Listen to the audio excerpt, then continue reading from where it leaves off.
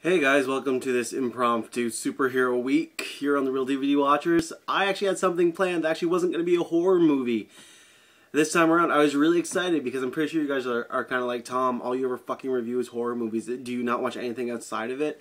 I do, and I had my movie all lined up, and then fucking Nick, Cody, and Ferg all decided to review fucking, superhero movies, and I was like, on Twitter, I was like, oh geez guys, thanks, no fucking pressure here. So I was like, should just do one, since we're doing an impromptu superhero week. So yeah, so the movie that I've chosen to review today is something that I saw in the theaters, and I really really liked it. So without further ado, the movie that I've chosen to review today is The Incredible Hulk. I have this nice little steelbook, and of course, like his eyes kind of glow, if I can angle it right, but yeah. Basically what's going on in this one is, I'm not sure who fucking directed it. Just give me like 2 seconds. I can pull down my other copy. Just 2 seconds. Stare at my chest there. I know it's lovely, isn't it? Let's see here. This movie was directed by Louis Leterrier. I don't know.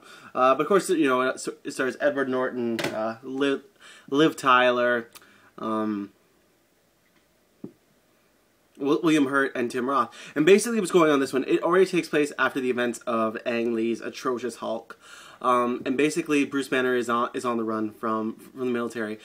General Thunderbolt Ross, played by William Hurt, who's also Betty Ross's father, you know, is trying to hunt him down because he honestly feels that the Hulk is technically property of the U.S. government. Of course, Bruce Banner is trying to rid himself of the Hulk because he sees the Hulk as much more of a burden than help. So he's living in I think it's Rio. I could be wrong. Anyways, he's trying to do his thing while also trying to help certain people around the town, and pretty much the government finds out where he is due to the fact because his blood actually spills at the work platform, and he thinks he gets the drop blood, Bruce, I mean. But unfortunately, blood gets into this one bottle, and Stanley drinks it, and he has a gamma radiation incident. So yeah, Stanley's cameos are always great in these movies. And then, of course, the government goes after Bruce. You know, they look for him. Of course, there's a Hulk incident with Tim Roth. Tim Roth plays this character who's essentially this Black Ops guy. He's been brought in especially to bring down the Hulk. And so, of course, Bruce Hulks out. You know, he gets a full glimpse of what it is, and then he's let in on the whole entire backstory of between General Ross and Bruce and Betty and all that shit. And so he gets involved. And so Bruce books it to America so that way, because he's trying to rid himself of this disease, and he has this help of this doctor named Dr. Blue, of course, who is, it turns out to be Dr. Samuel Stearns, aka the Leader. So from there, you know, we start to see how Bruce is trying to like sort of his shit, but then Betty gets involved with him, and of course, even though Betty's moved on with her life and she's dating this new guy, it's Betty and Bruce. There's no way in hell you cannot separate them, and that their love is together. Yes, Betty can be a big bitch sometimes, but I would say that Bruce is not without his flaws. So, essentially, Bruce decides, you know, he is going to run away, and him and Betty are going to run away. So, there's this incident where at the university, and of course Bruce hulks out again, and Tim Roth gets injected with the super soldier serum, except there's a slight malfunction with it. Well, it doesn't make him fast and stronger. It also starts to wear him down quicker, and so he knows that if he wants to beat the Hulk, he has to become something more.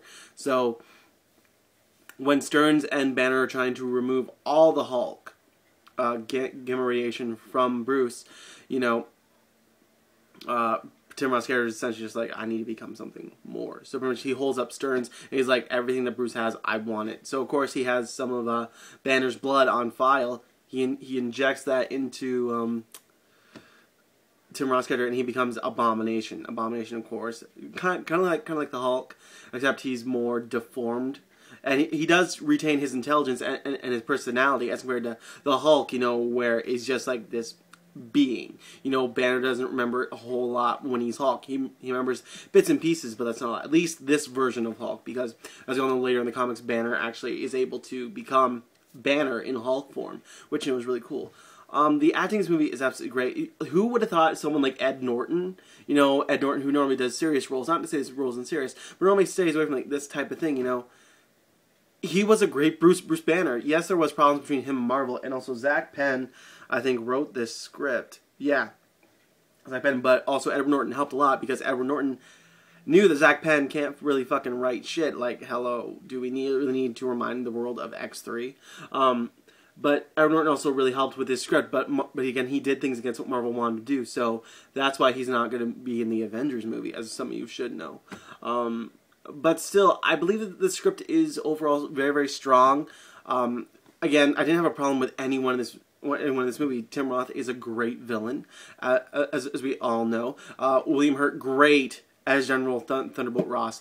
The mustache, everything looks absolutely perfect. Oh my god.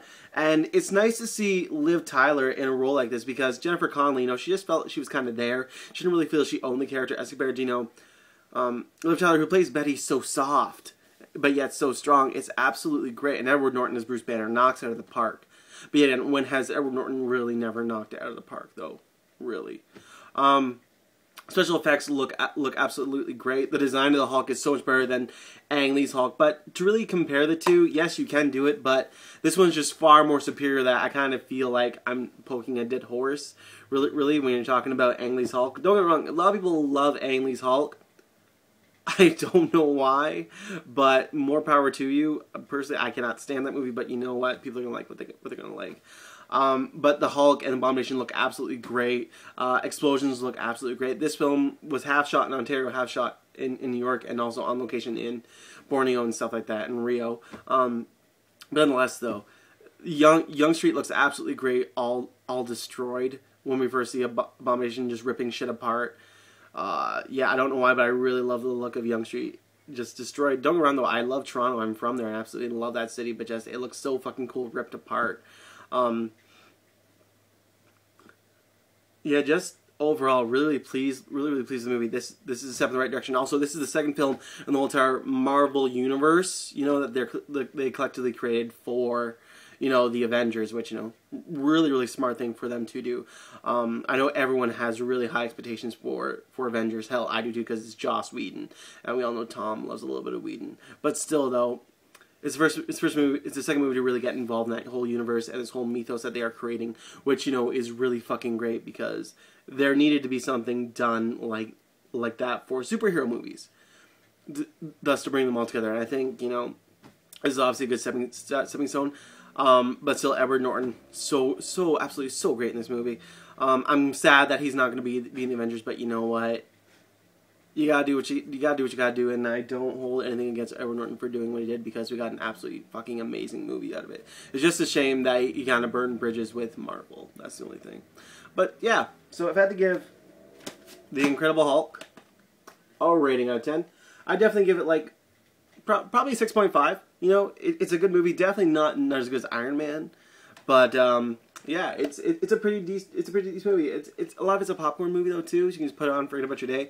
But nonetheless, though, it's still a good movie. Definitely check this out, guys. If you haven't seen this one yet. So yeah, thanks a lot to everyone who watches and subscribes as always. You guys rock, and I will catch you guys in a week's time.